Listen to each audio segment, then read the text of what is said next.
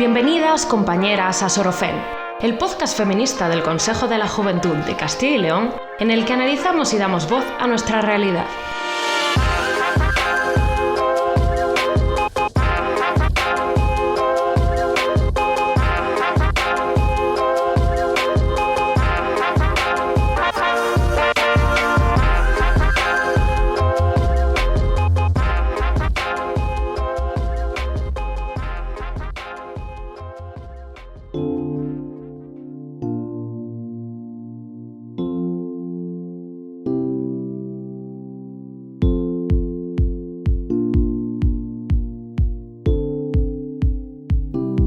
Bienvenidas a todas al segundo episodio de la segunda temporada de Sorofem. Hoy hablaremos sobre docencia feminista, un tema del que la verdad teníamos muchísimas ganas de hablar. Y es que qué importante es la educación feminista, ¿no? Porque claro, habría que reflexionar si una educación que no es feminista se pudiese considerar realmente educación. Si tomamos como referencia la igualdad entre mujeres y hombres, sabemos que también en la escuela se reflejan los avances y contradicciones propios de su entorno, con el añadido de que justamente la escuela es la institución que tiene el encargo social de educar a las jóvenes generaciones para que puedan desarrollarse plenamente a nivel personal y social. Jóvenes generaciones que en presentes y futuros más o menos cercanos tendrán en sus manos la responsabilidad de contribuir a crear una sociedad más o menos igualitaria, justa e incluyente. Por tanto, cuando la escuela aborda el tema de la igualdad entre mujeres y hombres, lo hace desde el poder y responsabilidad que tiene conferido como institución social cuya función es la educación de las jóvenes generaciones.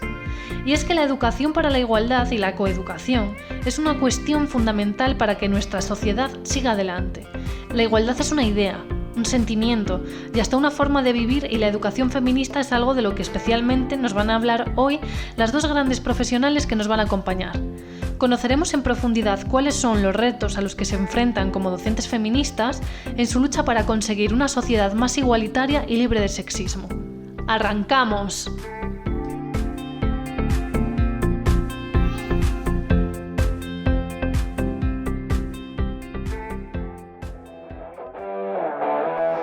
El feminismo responde.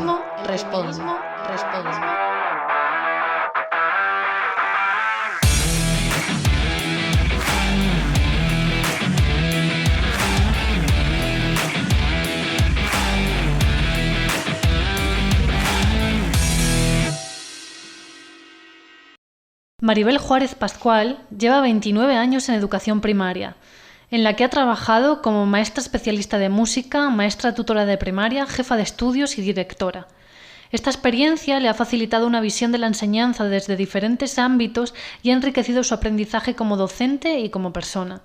En la actualidad milita en la plataforma Dofenco, Docentes Feministas por la Coeducación, porque como ella dice, coeducar es educar en igualdad, sin estereotipos de género. Emma Arias Donís es maestra de educación primaria, nacida en Barcelona en 1971, pero de orígenes bercianos. Reside desde los 2 años en Ponferrada, León. Es diplomada en Magisterio y licenciada en Filología Inglesa por la Universidad de León. Comenzó su experiencia docente como auxiliar de conversación en los Países Bajos y en el Reino Unido. En 1997 se inicia su carrera docente como funcionaria en educación primaria, moviéndose en diferentes entornos. Comienza en la montaña leonesa del Valle de la Ciana, pasa unos años como profesora visitante en Estados Unidos y actualmente ejerce en un colegio público de la capital berciana. Bienvenida, Emma, Maribel. Para comenzar con la entrevista, me gustaría que contaseis cuál es la situación actual en las aulas con perspectiva feminista. ¿Cómo actúan las chicas y los chicos hoy día en el sistema educativo? ¿Cómo se refleja el machismo en las aulas? Bueno, lo primero que tengo que decir es que seguimos utilizando el genérico masculino de forma muy generalizada, sin ser conscientes de la importancia del lenguaje en las conceptualizaciones mentales y como consecuencia de las interiorizaciones de referentes masculinos de manera continua en la que crecen las niñas. Hay un experimento que hicieron Elisa García y Joan Collado con una muestra de 288 alumnas y alumnos de primero de la ESO hasta primero de bachillerato en la asignatura de plástica. Aquí les mandaban dibujar según utilizaran un lenguaje y otro. Cuando utilizaban el genérico masculino, tanto los términos de conceptos masculinizados como los raperos, los presidentes, los campeones, los adolescentes, o feminizados como los enfermeros o los bailarines, resulta que solo dibujaban a un 24,40% de mujeres y a un 75,60% de hombres. Es decir, cuando se utiliza el genérico masculino, invisibilizamos a 3 de cada 5 mujeres y niñas. Cuando utilizaban el genérico neutro, el alumnado, el grupo de adolescentes, estas personas, pues aquí ya aumenta la representación de mujeres hasta un 40,69%, pero siguen representando un 59,31% de los hombres. Pero cuando utilizan el lenguaje inclusivo nombrando ambos sexos, como los raperos y las raperas, los campeones y las campeonas, los bailarines y las bailarinas, etcétera, aquí sube a un casi 45%, un 44,90% de mujeres representadas, pero aún no llegan al 50%, para que nos demos cuenta hasta qué punto tenemos metidos los referentes masculinos en la cabeza y la importancia que tiene el lenguaje. Y este es una asignatura pendiente también en las escuelas. Seguimos utilizando muy frecuentemente el masculino genérico.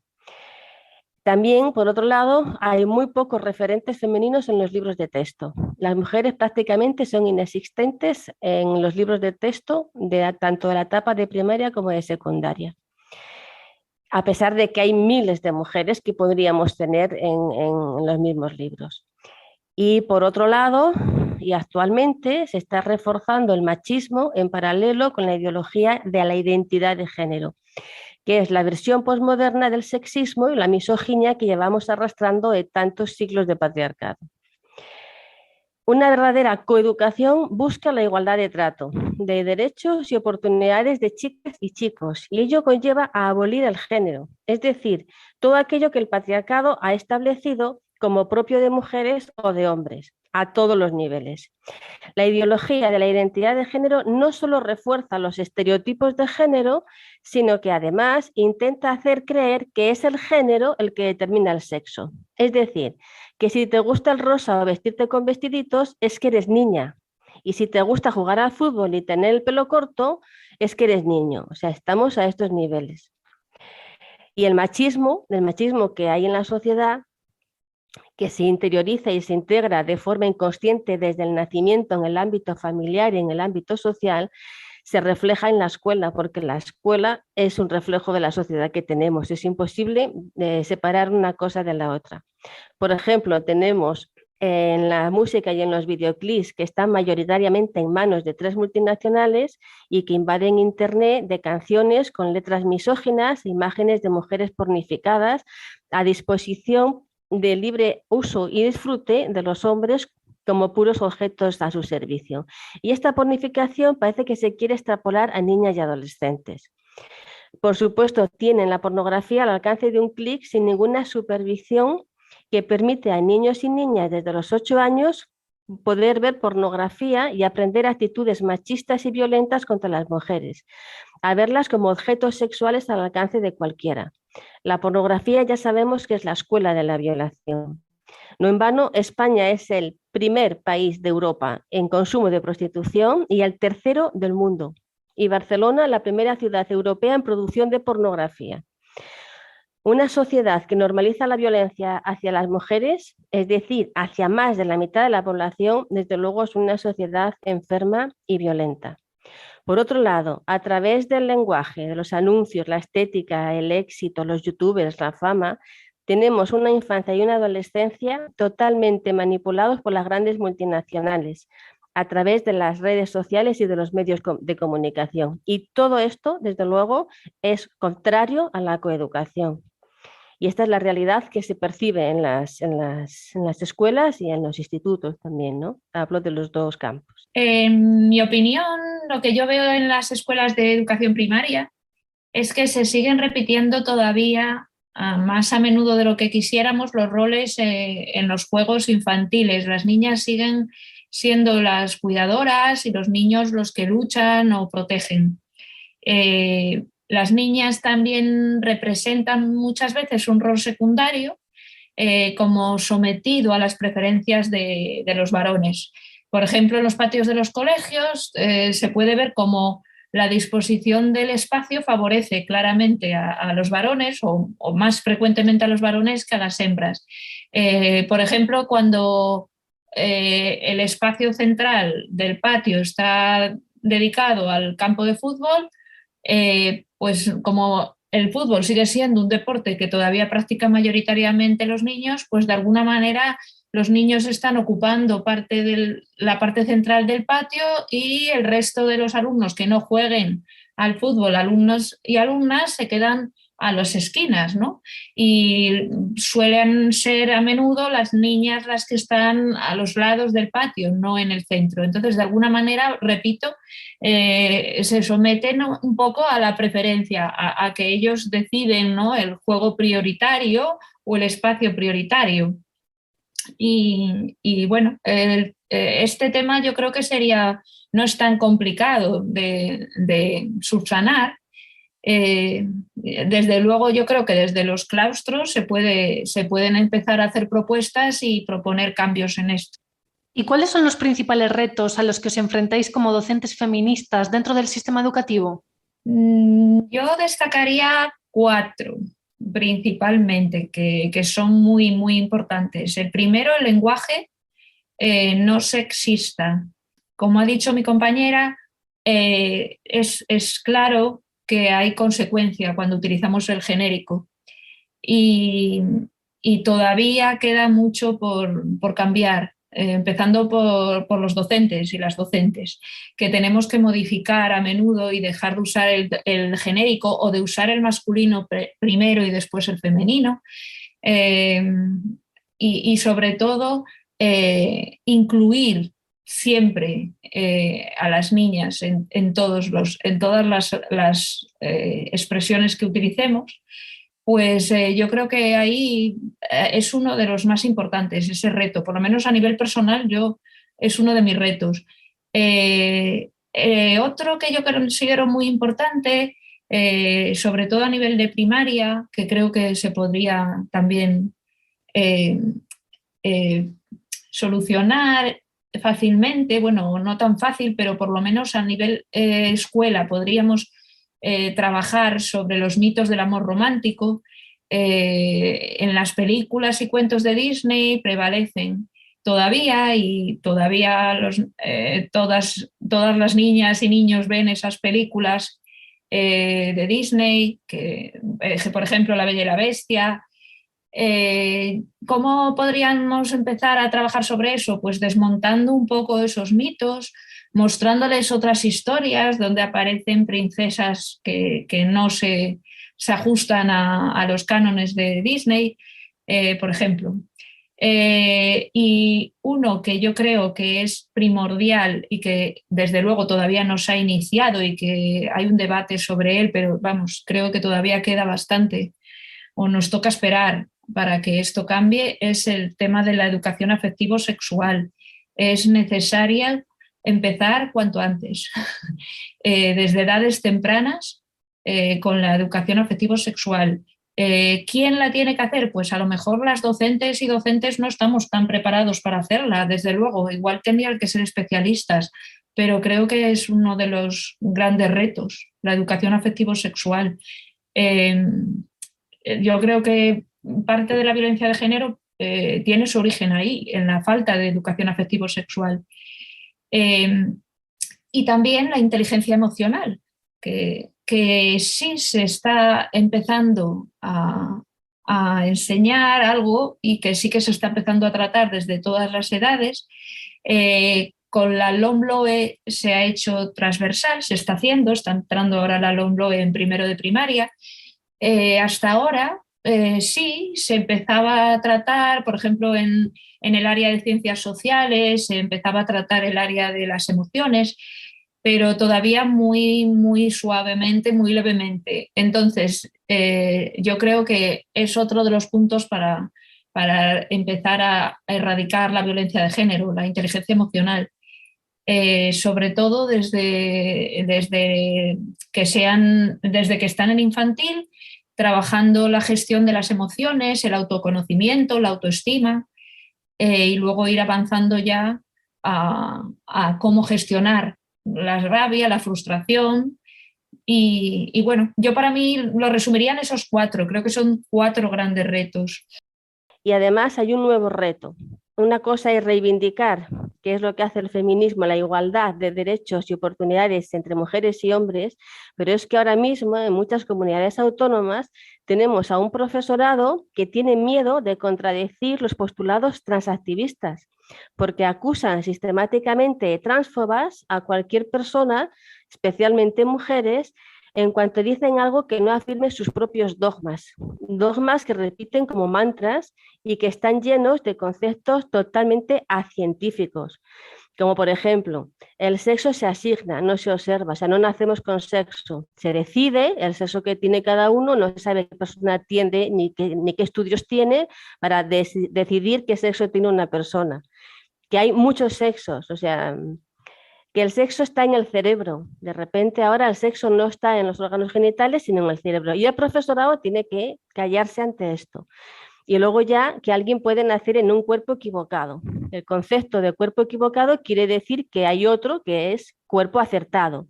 Entonces me pregunto yo, ¿el cuerpo acertado qué es? ¿El de una persona con síndrome Down?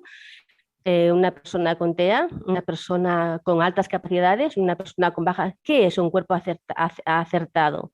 ¿Quién es quién para decir qué es un cuerpo acertado o equivocado? O sea, son conceptos que contradicen totalmente hasta la más mínima lógica, ¿no?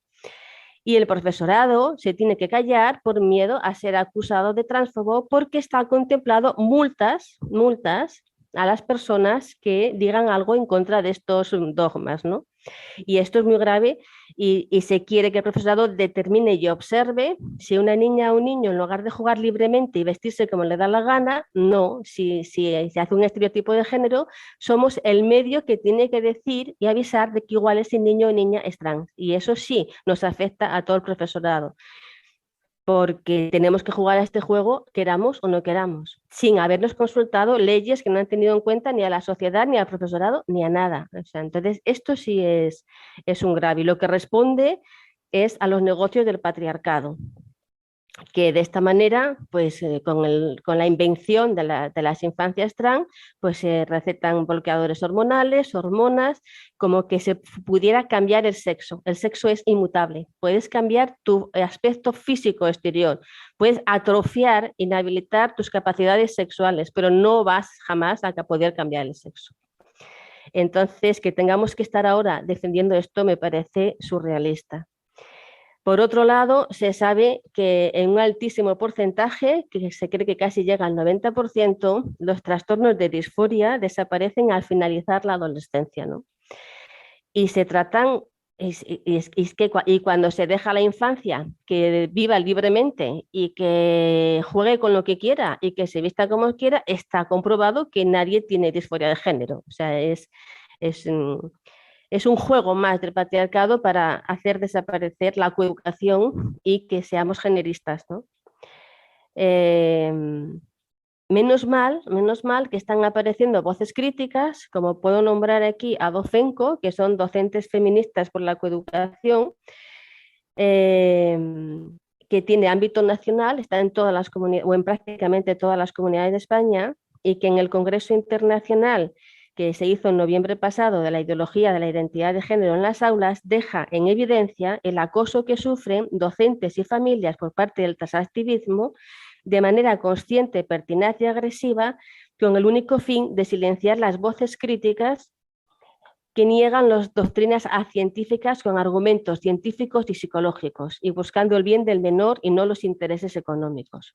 Y también puedo nombrar a la asociación Amanda, que es una asociación de familias con hijas e hijos que han sufrido la disforia de género de inicio rápido, es decir, contagio social, contagio por redes sociales, porque está de moda, porque que está ocultando otros muchos problemas que tiene la adolescencia de identidad y demás. Todo se reduce ahora al sexo y al género, es como que fuera la misma cosa, y lo más importante que le ocurre a la adolescencia y a la infancia.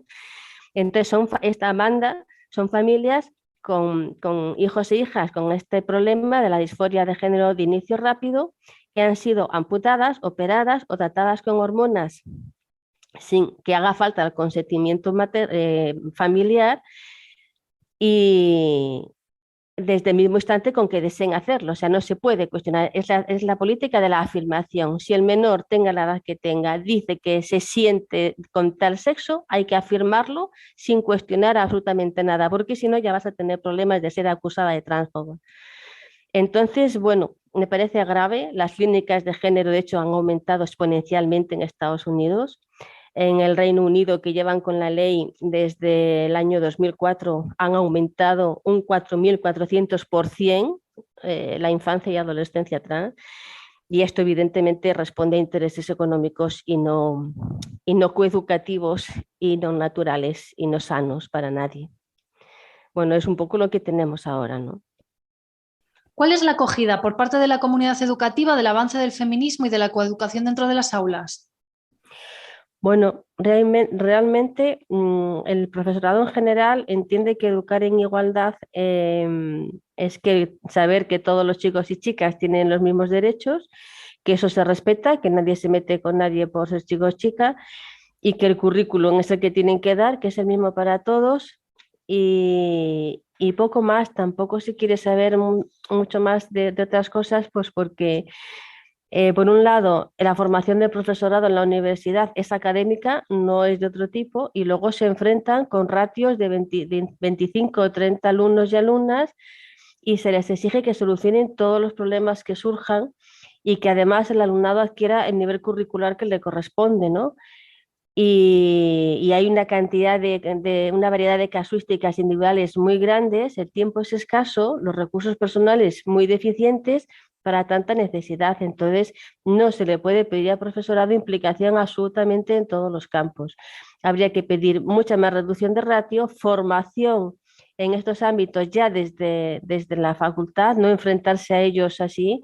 Entonces, hay mucha presión, muy poco tiempo, mucho currículum, muchos problemas en la adolescencia, bastantes también en la de primaria, y no se puede ocupar de todo. Necesitamos más agentes sociales y más implicación de instituciones.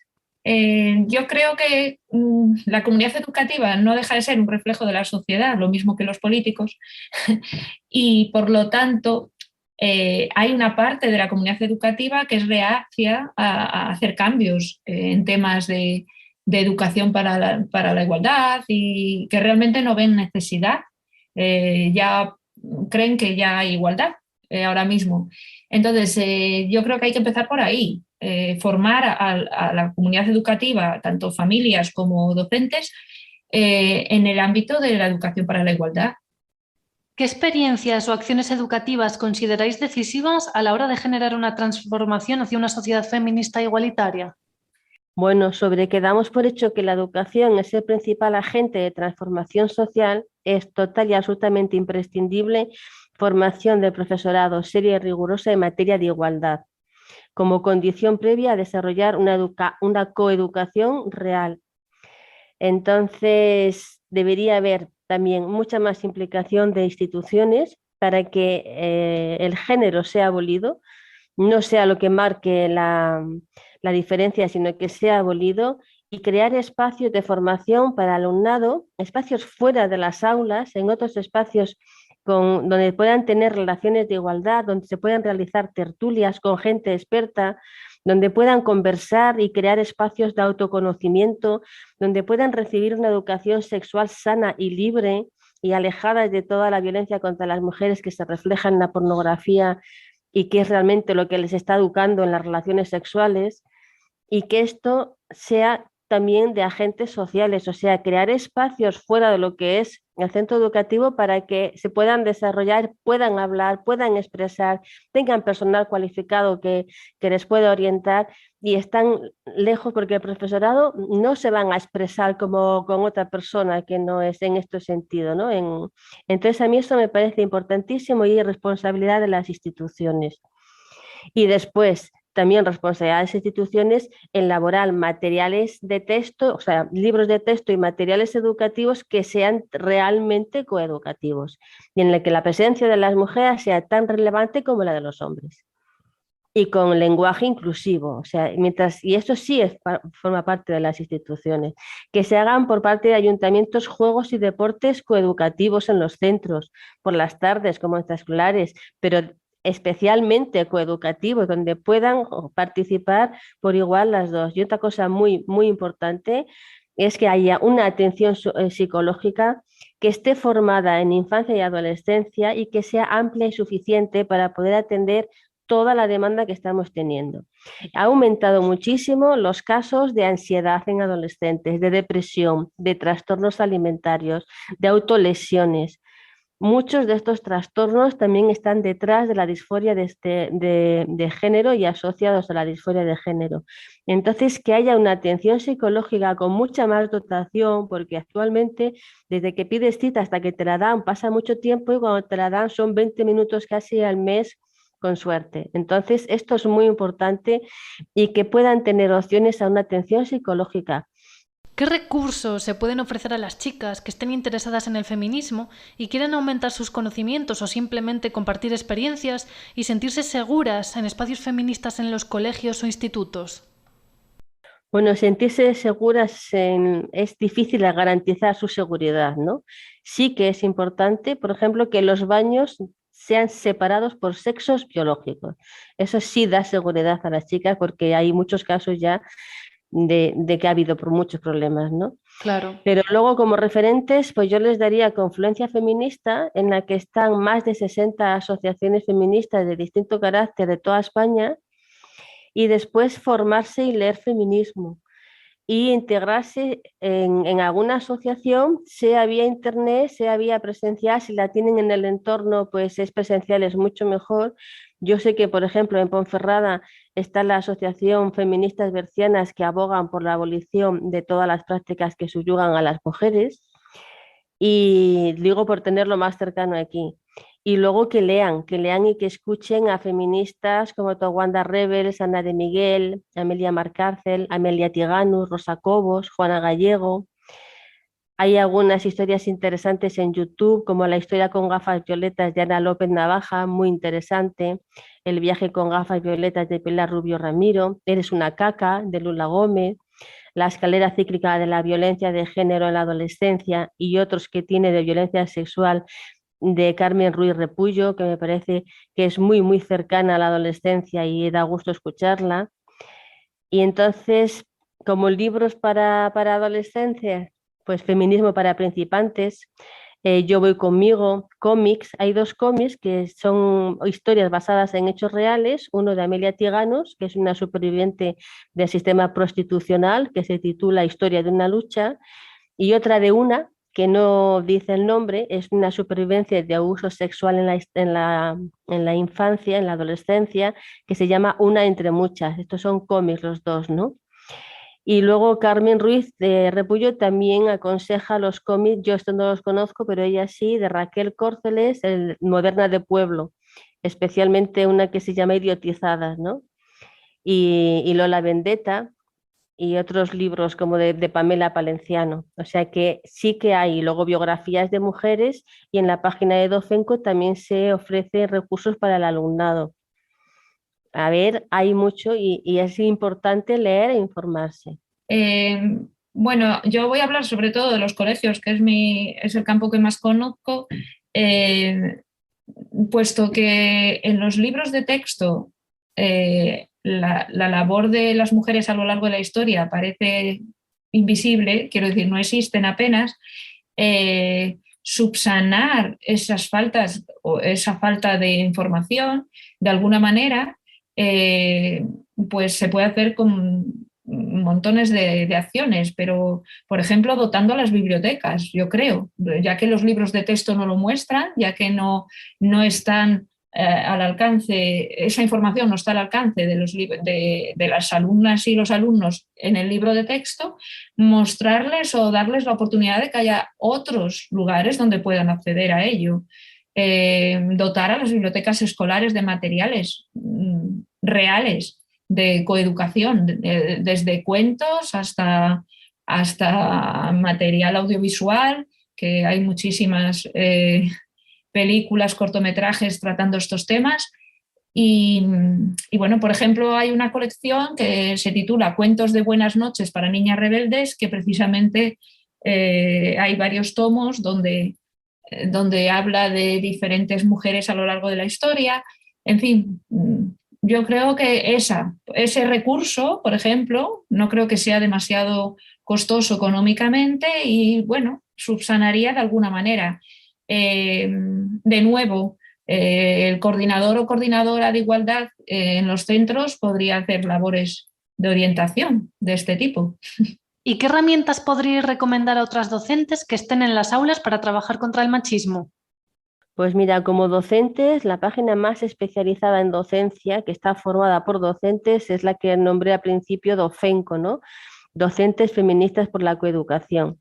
Son mujeres que pertenecen tanto al ámbito de la universidad como de secundaria, de primaria e infantil, de toda España y de de casi todas las comunidades autónomas.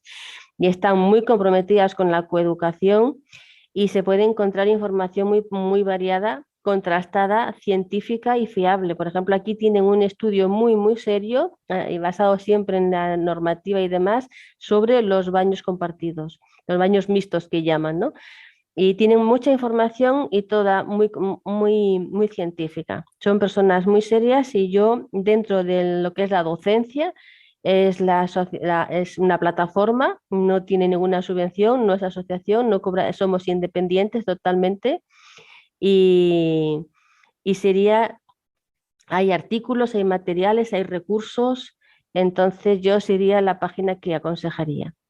Y sobre todo que lean y escuchen, que lean o que escuchen el Congreso Internacional de la Ideología de la Identidad de Género en las Aulas, que es internacional y es muy, muy revelador. En educación primaria, pues depende de un poco de las edades, pero mi experiencia es que en principio reciben muy bien todos los cuentos, todas las historias, sean animadas o sean en formato película. O sea, película, quiero decir, sean en cortometrajes o sean en formato película de largometraje. Yo utilizo muchos cuentos y videocuentos, la mayoría están disponibles en YouTube, no hay problema, ni siquiera hay que pagar, o sea que están gratuitamente disponibles. Podría mencionar escritoras españolas que están haciendo una gran labor a nivel de escritura de cuentos para la igualdad, como por ejemplo Raquel Díaz Reguera, que tiene un cuento que se titula Hay algo más aburrido que ser una princesa, pero tiene otros muchos que trabajan sobre esto. O Ana Cristina Herreros, que tiene uno que me encanta, que se titula La verdadera historia de la rata que nunca fue presumida. Ya fuera de España, pues Adela Turín tiene muchos cuentos que trabajan la igualdad, por ejemplo Arturo y Clementina o Rosa Caramelo, para las edades más tempranas. Para ya todas las edades hay una escritora que creo que merece destacar, o por lo menos yo cuando la descubrí me pareció un gran descubrimiento. Realmente lo que escribe vale para todas las edades y es Nunila López Salamero. Escribió La Cenicienta que no quería comer perdices o Cuentos para antes de despertar. Creo que estas historias a partir de los 10, 12 años las podríamos leer todos y todas. Por ejemplo, entonces herramientas creo que esas están al alcance fácilmente de todos los docentes y las docentes. Pues nos quedamos con todos estos recursos que nos habéis facilitado. Ojalá llegue a muchas docentes y les sea de gran utilidad. Muchísimas gracias a las dos por habernos acompañado este rato. Gracias también por vuestras aportaciones tan valiosas y mucho ánimo con la labor tan importante que estáis haciendo para conseguir tener una sociedad más igualitaria y libre de violencia machista. Muchas gracias, Emma y Maribel. No, yo te doy las gracias a ti, Nélida, por esta oportunidad de poder hacer llegar otra visión, otra forma de ver las cosas y la lucha por una sociedad mucho más igualitaria y menos sexista que la que estamos teniendo. Gracias a vosotras, gracias a ti.